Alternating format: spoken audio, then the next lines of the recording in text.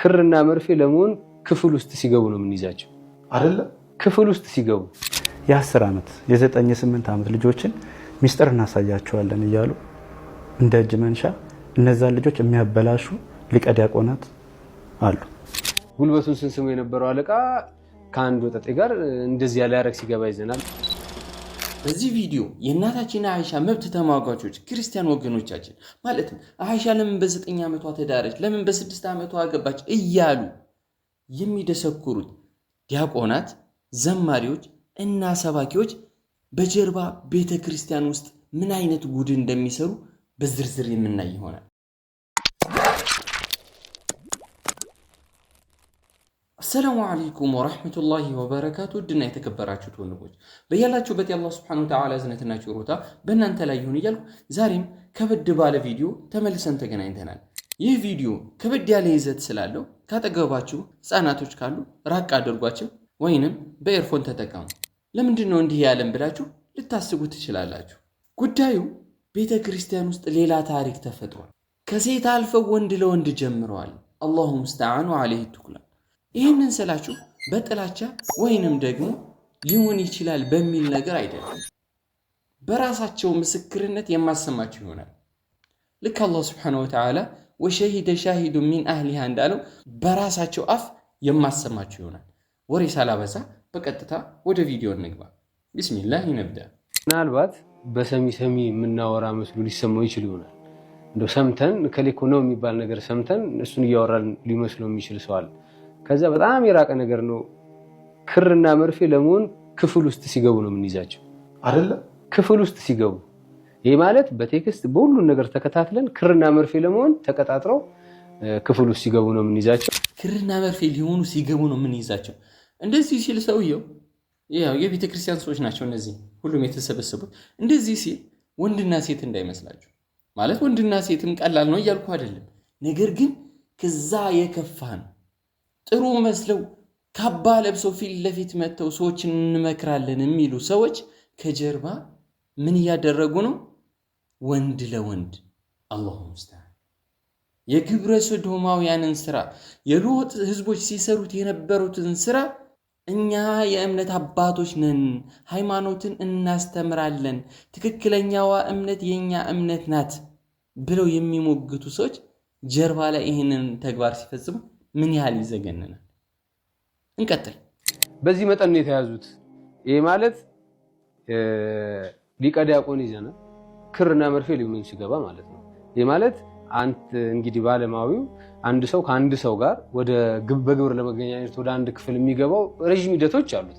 ምናልባት በገበያ ተገበያይተ ስጋዋን ልሸጥልህ ካልሆነ በስተቀር ሂደት አለው። ያንን ሂደት አልፈው እዛ እስኪገቡ ድረስ ሁሉን መረጃ እየተከታተልን ነው ያዝናቸው፣ ሁሉንም ማለት ነው። ጸሐፊ ቅድም እንዳልከው ይዘናል፣ አለቃ ይዘናል። ጉልበቱን ስንስሙ የነበረው አለቃ ከአንድ ወጠጤ ጋር እንደዚህ ያለ ያረክ ሲገባ ይዘናል። አስተግፍሩላህ። አሰባችሁት አይደለ? ጸሐፊ ይዘናል፣ ሊቀ ዲያቆን ይዘናል፣ አለቃችንን ይዘናል አለ። እሰቡት እንግዲህ እናንተ ያስተምረኛል፣ ወደ ጽድቅ ጎዳና ይመራኛል ብላችሁ የምታስቡት እንደ ራእይ አድርጋችሁ የምትቆጥሩት ሰው ወንድ ለወንድ ግንኙነት ሊያደርግ ሲያዝ ምን ይሰማችኋል? ከዚህ የበለጠ የከፋ ነገር አለ? አላሁ ሙስተዓኑ ዐለይሂ ተኩላን። እንቀጥል።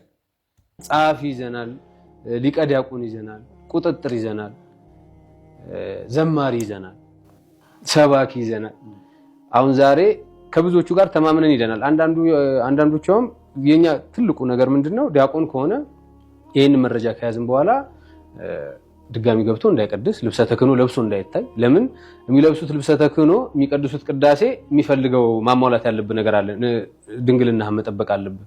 ካልሆነ ደግሞ አግብተህ ነው መሆን ያለበት። እነዚህ ሰዎች ኦልሬዲ ያንን አፍርሶታል። ዲያቆን ተብሎ ሊጠሩ አይገባም። ልብሰ ተክህኖ እንዳይለብሱ እንዳይቀድሱ ነው። አንዳንዶቹ ይህንን ንግግራችንን ተላልፈው ሲቀድሱ የምናያቸው ሰዎች አሉ። እንግዲህ ተሯሩጠን በጣም ስሜታዊ በመሆን ወደ ሚዲያ አላወጣናቸውም።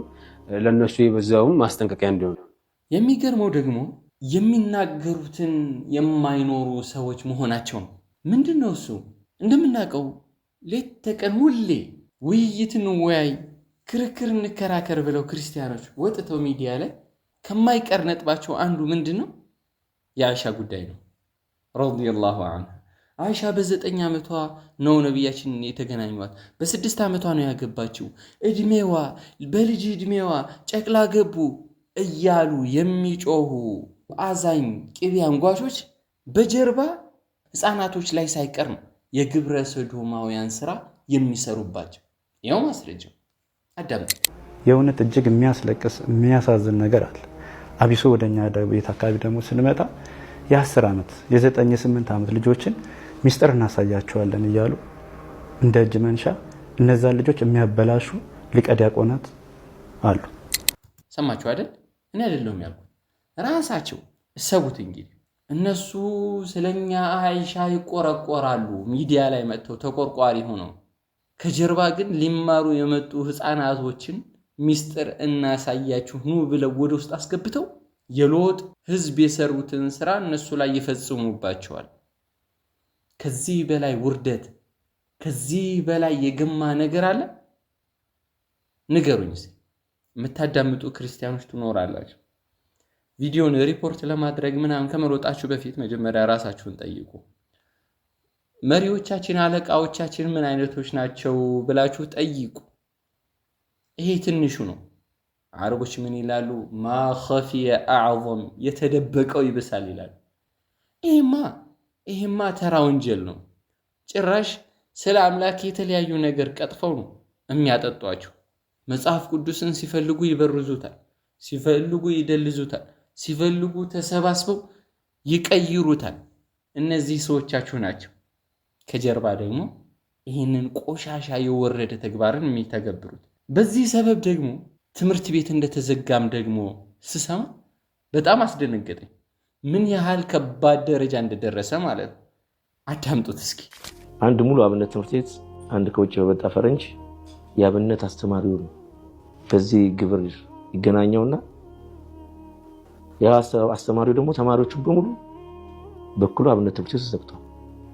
ሰውት እንግዲህ መምህር ተማሪዎቹን የሎጥ ህዝብ ስራን ሰራባቸው፣ ግብረ ሰዶም ፈጸመባቸው። በዛ ምክንያት ትምህርት ቤቱ ተዘጋ።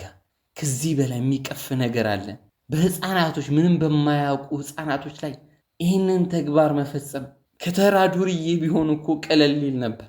አስተማሪ ነን፣ የሃይማኖት አባቶች ዘማሪ ነን፣ ለሃይማኖታችን እንቆረቆራለን፣ ሃይማኖታችንን እንሰብካለን የሚሉ ሰዎች ናቸው ይህንን ተግባር እየፈጸሙ ያሉ። ይሄ ነገር እንደ ቀላል የሚታይ ነገር አለ። በጣም የከፋና የሚያሳዝን ነገር ነው። ይሄ ሚዲያ ያወጣው ነው። የተደበቀው ደግሞ ከዚህ ይብሳል። ስለሆነ ወላጆች ጥንቃቄ ልታደርጉ ይገባል። ከነዚህ አካላቶች ልጆቻችሁን ልታርቁ ይገባል። በመጨረሻም ደግሞ የማስተላልፈው እምነታችሁንም ልትፈትሹ ይገባል። ዋና ነገሩ ሁሉንም ፈትሹ መልካሙንም ያዙ አይደል የተባለው? ፈትሹ። አንዴ አምጥተው የጫኗችሁን ነገር ሁላ ተቀብላችሁ አትጓዙ። መጽሐፍ ቅዱሳችሁን አንብቡ፣ ይገለጥላችኋል። ቁርአንን ጨምራችሁ አንብቡ። ትክክለኛው እምነት የቱ ነው የሚለውን ከፈለጋችሁ ታገኙታላችሁ። በመጨረሻም ይህ ቪዲዮ ለሁሉም ማህበረሰብ መድረስ ስላለበት በቻላችሁት ያክል ሼር እያደረግን ወንጀላቸውን ማጋለጥ ይኖርብናል እላለሁ። አብሬያችሁ የነበርኩት ወንድማችሁ አቡ አቲካ ነኝ ከኢኽላስ ቲዩብ።